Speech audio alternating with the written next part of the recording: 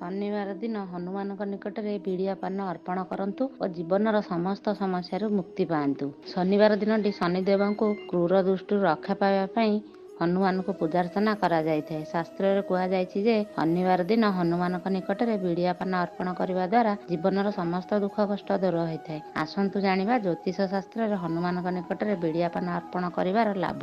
ଶାସ୍ତ୍ର ଅନୁସାରେ ହନୁମାନଙ୍କ ନିକଟରେ ବିଡ଼ିଆ ପାନ ଅର୍ପଣ କରିବା ଦ୍ୱାରା ସେ ପ୍ରସନ୍ନ ହୋଇଥାନ୍ତି ଏବଂ ନିଜ ଭକ୍ତର ସମସ୍ତ ମନସ୍କାମନା ପୂର୍ଣ୍ଣ କରିଥାନ୍ତି। ଯଦି ଆପଣ କୌଣସି ପ୍ରକାର ଡର ଭୟରେ ଘେରି ରହୁଛନ୍ତି ତେବେ ମଙ୍ଗଳବାର ଦିନ ହନୁମାନ ମନ୍ଦିର ଯାଇ ତାଙ୍କ ନିକଟରେ ବିଡ଼ିଆ ପାନ ଅର୍ପଣ କରନ୍ତୁ। ଏହାଦ୍ୱାରା ମନର ସମସ୍ତ ଭୟ ଦୂର ହେବ। କିଛି ଲୋକଙ୍କ ନିକଟରେ ଜୀବନର ସବୁକିଛି ଥାଇ ମଧ୍ୟ ମାନସିକ ଶାନ୍ତି ନଥାଏ। ଏଭଳି ସ୍ଥିତିରେ ହନୁମାନ ଚାଳିଶା ପାଠ କରି ହନୁମାନଙ୍କ ନିକଟରେ ବିଡ଼ିଆ ପାନ ଅର୍ପଣ କରନ୍ତୁ। ଯଦି ଆପଣଙ୍କ ଜୀବନରେ ସୁଖର କମି ରହିଛି ତେବେ ହନୁମାନଙ୍କ ନିକଟରେ ବିଡ଼ିଆ ପାନ ଅର୍ପଣ କରନ୍ତୁ। ଏପରି କରିବା ଦ୍ୱାରା ଜୀବନରେ ଆପଣଙ୍କୁ ସୁଖ ପ୍ରାପ୍ତି ହେବ ଏବଂ ଜୀବନ ସୁଖମୟ ହେବ।